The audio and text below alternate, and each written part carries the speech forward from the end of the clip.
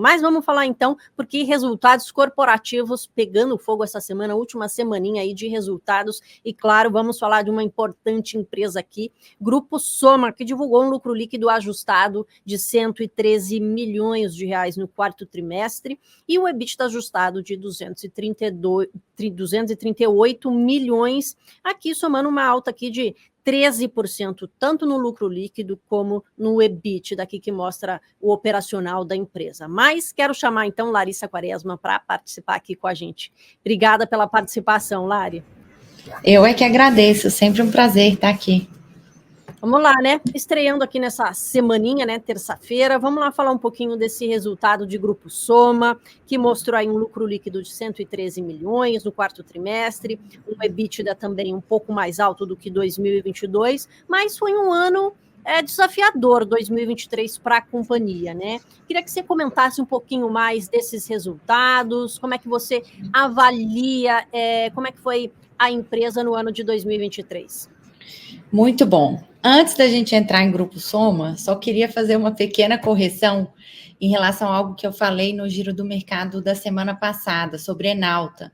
Eu tinha comentado que a conversão da dívida do Bradesco resultaria em diluição da participação dos acionistas, mas não vai resultar, né? Na verdade, a Queiroz Galvão, que é acionista da Soma, tudo indica que ela vai ceder uma parte da participação dela na Enauta ao Bradesco, né? Para quitar uma dívida da Queiroz Galvão, não uma dívida da Enauta.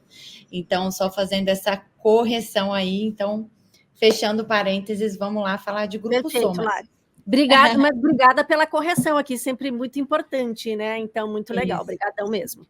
Imagina.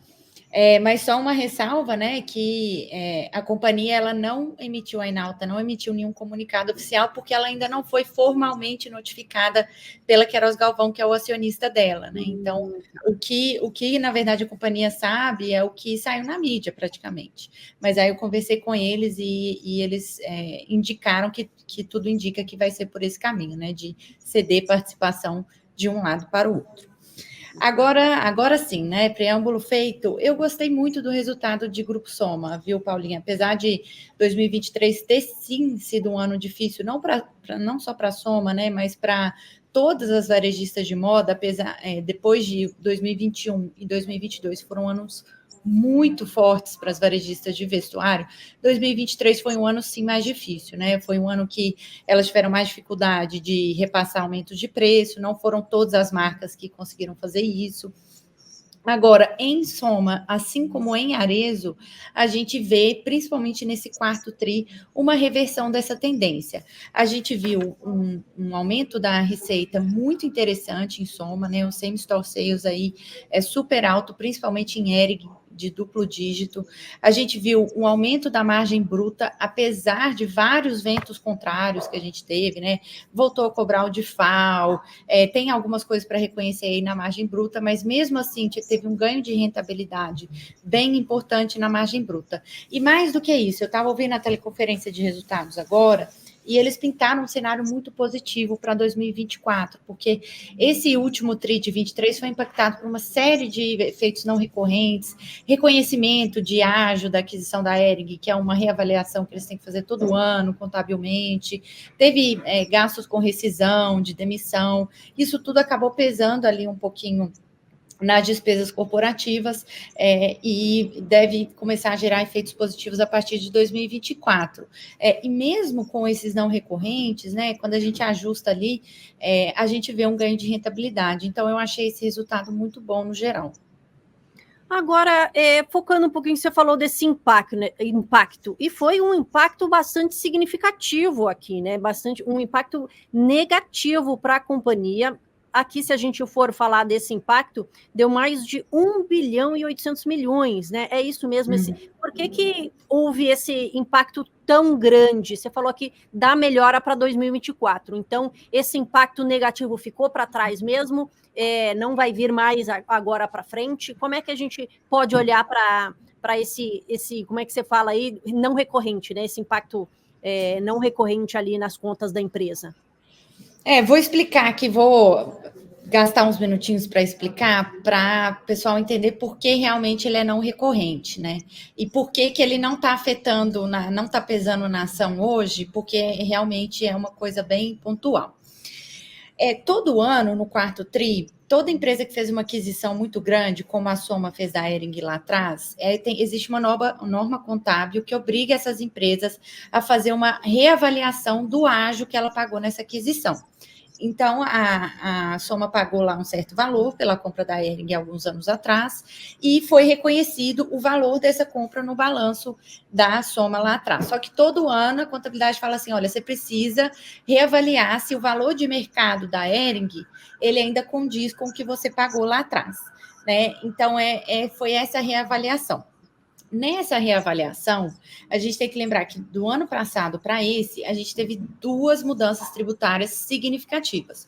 Uma foi a chamada AMP das subvenções, que ela, na prática, aumenta a alíquota de imposto de renda que as companhias vão pagar a partir de 2024, e outra é a reforma tributária com o mesmo efeito, né?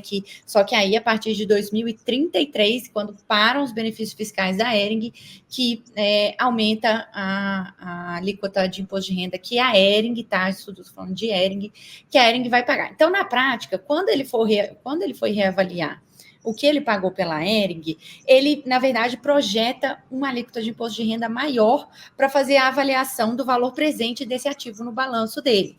Então, ele teve que, aí, de uma vez, né, cortar todo esse benefício fiscal que estava projetado quando da aquisição da Hering lá atrás e que, portanto, tinha sido reconhecido no balanço, né? Então, eu achei, na verdade, um conservadorismo contábil muito positivo, a companhia reconhecer tudo isso de uma vez, e que, na verdade, é um exercício que todos os analistas de varejo já tinham feito há muito tempo para todas as varejistas, né? Então, agora a Soma está fazendo para uma adquirida dela, e por isso que não deve acontecer de novo, a não ser que tenha uma nova mudança na regra contábil, né? O que eu acho que é improvável, porque já foram retirados os benefícios. Então, traduzindo, eu gosto de olhar para o resultado sem esse efeito, porque o mercado todo já sabia, todos os analistas já tinham ajustado no modelo anteriormente. Perfeito. E como você falou, não impactou negativamente na ação, né? Que está, inclusive, no positivo hoje. Mas também uma notícia super importante, né? Que mexeu bastante no mês passado, é a notícia da fusão, né? Do Grupo Soma com a Arezzo, né? Na verdade, a fusão que será a maior empresa do varejo de moda aqui do Brasil. O que você pode falar um pouquinho, né? Partindo desse resultado do Grupo Soma do quarto trimestre de 23, como é que deve ser daqui para frente, né? Pensando nessa fusão que ainda, né, precisa passar ali, acho que não foi ainda, né, aprovado pelo CAD, acho que ainda precisa passar pela Assembleia, mas que tem tudo para dar certo, né? É isso mesmo, esse é o estágio atual dessa combinação de negócios, pende da aprovação do CAD, o CAD aprovando, eles passam para a Assembleia de Acionistas das duas companhias. Durante o call, assim, o Roberto Jatahy, que é o CEO do Soma, ele, né, reafirmou a confiança, a animação dele com essa combinação de negócios, e teve um ponto específico do resultado de Soma, que eu achei que ele traz uma leitura muito legal para sinergias que a Arezzo vai ter com o Soma. Por quê? Nesse trimestre de Soma, eles fizeram uma readequação, uma racionalização bem relevante da fábrica da Hering, que é um dos pontos de sinergia da fusão com a Arezzo. E qual é o racional desse ponto de sinergia especificamente? É que a Arezzo pode usar a fábrica da Hering para produzir itens de determinadas marcas da Arezzo dentro da fábrica da Hering, principalmente os itens da reserva, né, que é de vestuário, já que a Hering é uma fábrica fundamentalmente de vestuário, com a visão de que isso poderia trazer um ganho de margem para a companhia combinada, pós-fusão. O que teve no resultado da Soma, né? Sem Arezzo nesse trimestre? A Soma começou a fazer isso para outras marcas do próprio grupo Soma. Então, ela passou a produzir, né, um pouco de Farm na fábrica da Hering, ela passou a produzir um pouco de Foxton na fábrica da Hering e fez uma racionalização, né, dos custos do sourcing dessa fábrica da Hering, adquirindo aí algum ganho de escala na compra de insumos, e isso tudo contribui para aquele ganho de margem bruta de rentabilidade que eu falei no nosso começo da nossa conversa aqui. Então, você fala assim, olha, pelo menos para as marcas do Soma, essa sinergia está dando um resultado, né? Então, é mais factível eu pensar que realmente pode render bons frutos também para a reserva, né? Quando vier a se combinar com o Grupo Soma. Joia. E agora, falando aqui para o investidor mesmo, a gente falou um pouquinho aqui da operação, né? Você comentou aí dos pontos positivos, também do negativo que acabou impactando, mas vamos falar um pouquinho da ação, né? Que chegou a valer R$12 no ano passado, mas hoje está nos R$7. Caiu um pouquinho aí, hoje está no positivo, mas a pergunta aqui, claro que a gente quer passar aqui para o investidor, será que existe uma oportunidade de compra para a Soma 3 aí?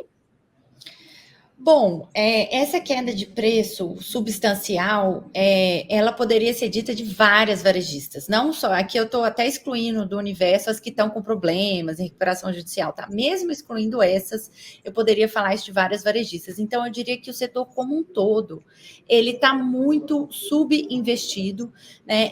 Pouca gente está olhando, principalmente o varejo de vestuário.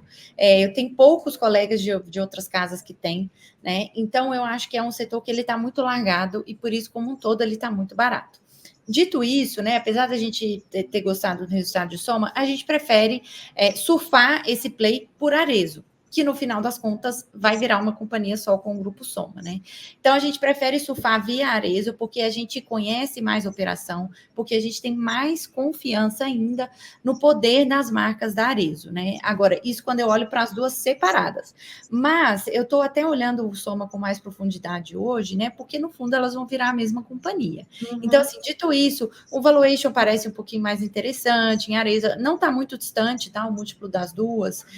Soma está perto de 15 vezes o lucro para 2024, Arezzo está 14,5, né? Então, assim, marginalmente mais barata, mas a gente prefere estar com Arezzo, que é a companhia que a gente tem maior confiança, uma base standalone, sozinha na capacidade de execução, embora a gente goste muito das duas. Perfeito. E esperar também como o andamento desse processo de fusão também, analisando aqui, claro, você vai trazer as novidades e sempre analisaremos aqui, claro, os balanços para a gente entender direitinho como é que andam as companhias. Obrigada pela participação, Lari. Obrigada a você.